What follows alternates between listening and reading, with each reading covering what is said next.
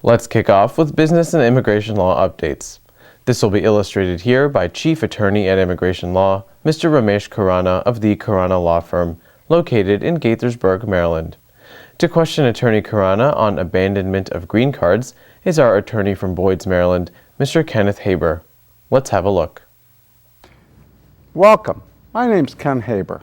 I'm a former Assistant United States Attorney. That's a federal prosecutor. And I'm also a former Senior Attorney in the Office of Inspector General of the United States Department of Health and Human Services. That's the Medicare cops.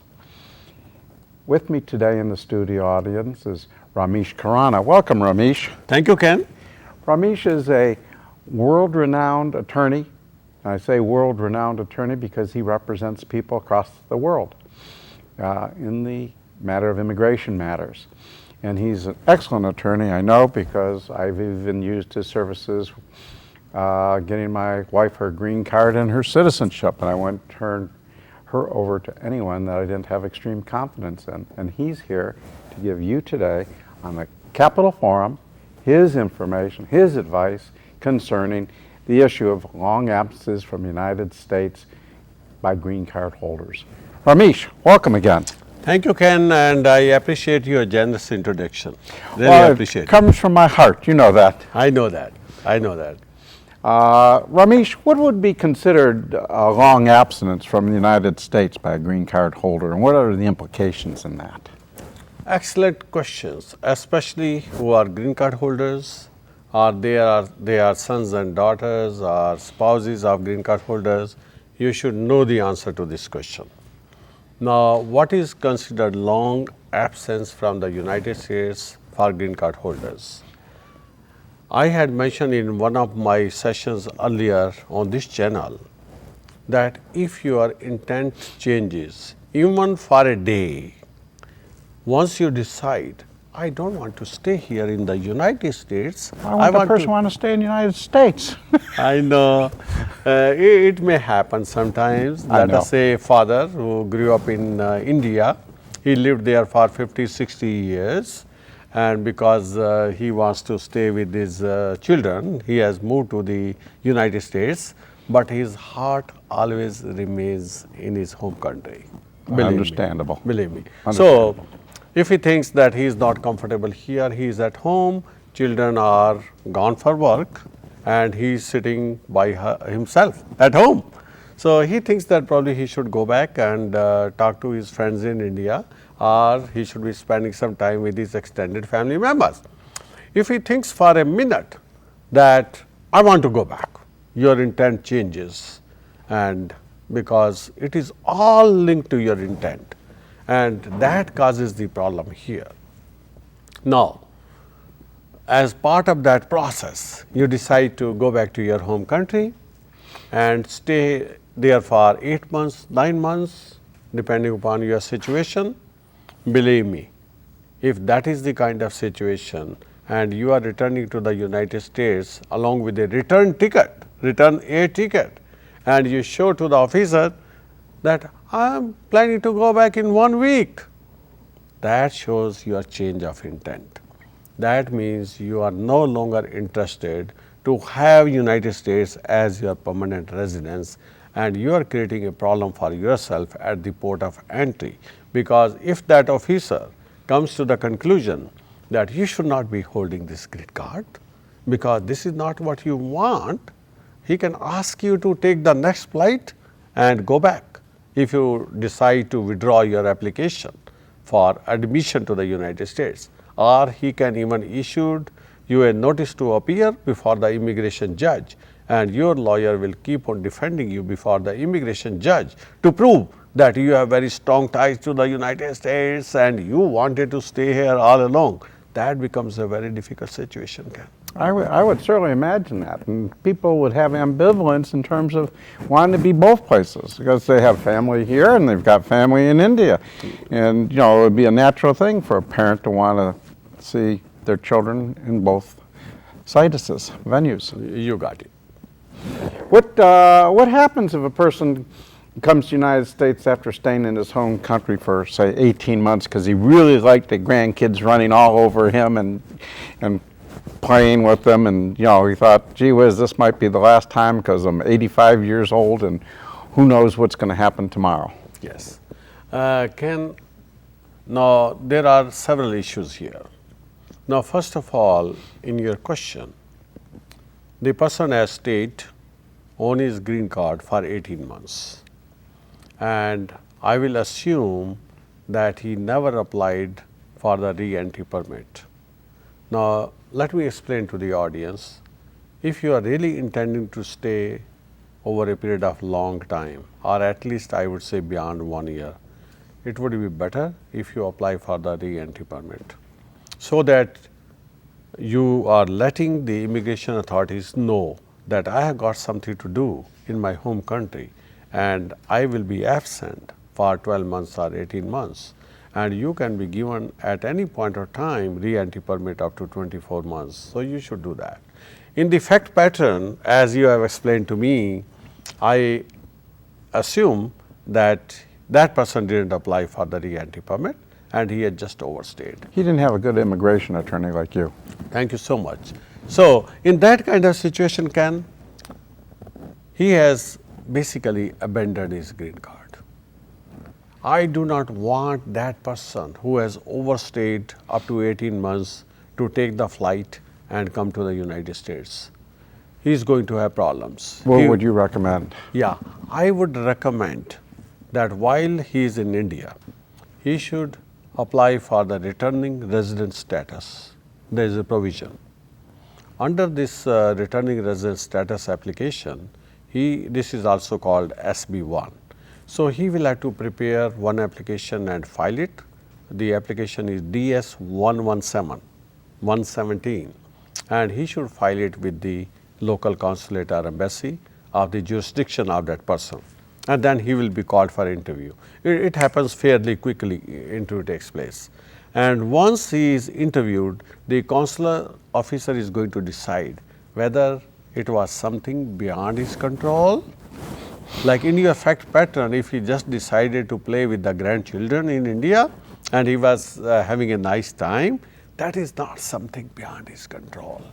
But if he was sick, he was hospitalized, or there was some death in the family, which basically prevented him from coming to the United States, or maybe he was in dispute with the siblings and his passport was impounded, with the result he just couldn't come despite his best efforts. So he has to show to the consular officer, I wanted to come back all along because it happened, it was absolutely beyond my control. Only then he has the statutory authority to forgive the long absence and issue you a returning resident status or SB1 status. What does it mean? That means after that you have to apply for the medical examination, and you have to obtain the medical examination report from a physician who is on the panel of the local embassy, and at the same time your criminal background checks will be carried out, and if you are found eligible, you will be allowed to come back.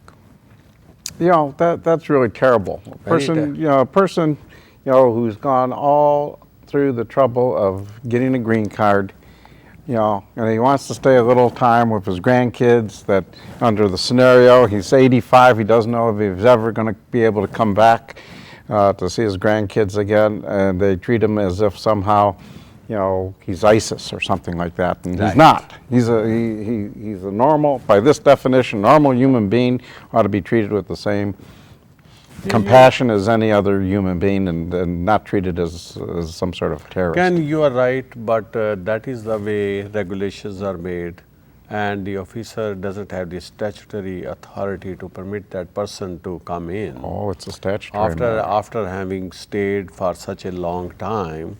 So that's why this problem is there. So my advice to the people would be, plan it properly. If you are planning to overstay beyond 1 year at least, try to apply for the re-entry permit before you leave. If you are unable to apply for the re-entry permit, try to come back as soon as possible, and your intent should be to come back as soon as you are going to your home country as a visitor. not to reside there. Right. Now you are a visitor to your country and you are a permanent resident of the United States. This is the mantra people have to keep in their mind. Yes. Does that advanced reentry permit them to stay out longer, that it waives that statutory requirement? Yes, in fact, once the re-entry permit is granted, it can be given at any point of time for a maximum period of 2 years. Wow, that's Yeah, so you apply for 2 years, then you come back within 2 years. Don't try to come back on an expired re-entry permit. So come back, and once it has expired, let us say that you want to go back for 2 more years, maybe you are doing some kind of business in India, but you are trying to wrap it up. It takes some time. That is understandable. Your intent is not changing because you are trying to dispose of your ancestral property or taking care of other financial issues, or you are basically in a business and you are trying to wrap up the business, which takes some time. It's understandable, but do it before you leave. You can apply for re-entry permit while you are in the United States, not while you are sitting in your home country, and you have to give your fingerprints as well. And without giving fingerprint, you can't leave. So that's the way this application process is complete. Can you apply for that and give the reason? I want to play with my grandkids? Does it have to be business money? Yes, it has to be explained fully and say that, okay, I have been deprived of spending some time with my grandkids and I have to take care of some other family issues while I am gone on a re-entry permit, and I want to come back as soon as I have accomplished my mission. So in a way, you are demonstrating to USCIS to excuse your absence just for a limited period of 2 years because to meet with your emotional requirement. Yeah. That is fine, but let them know. Sure. At least, let us say, if the application is not granted, then you will come back. Yeah. You know? You know. Yeah, so you know it, that you have to come back. It's not granted. Right. But I have never seen application on this ground being rejected. That's good. Shows Yeah. that they got some heart as well as smarts. Yeah, that's right. What can a person do to demonstrate the strong ties in the United States to show that they are really planning on being here Right. as residents and citizens? You can show your strong ties to the United States if you are doing a job in the United States. Then of course you have your W-2 or 1099, or you are owning a business, you are owning some property or leasing a home, you have a bank account, and your immediate family members are here. So no one factor is adequate to demonstrate strong ties to the United States. It's a combination of factors. I would like to just wrap it up because the cameraman is indicating our time is over. Maybe in some other session we will talk in more details. Well, we really appreciate you coming here and giving this insight because I'm sure this is the type of thing that many people from India, from any place overseas, has come up in their lifetime when they're here. And, you know, if they're here and they got the green card, best thing for them to do is get that citizenship, then they don't have to worry about all this. I agree with you. If you cannot live in this country permanently, better you give up your green card.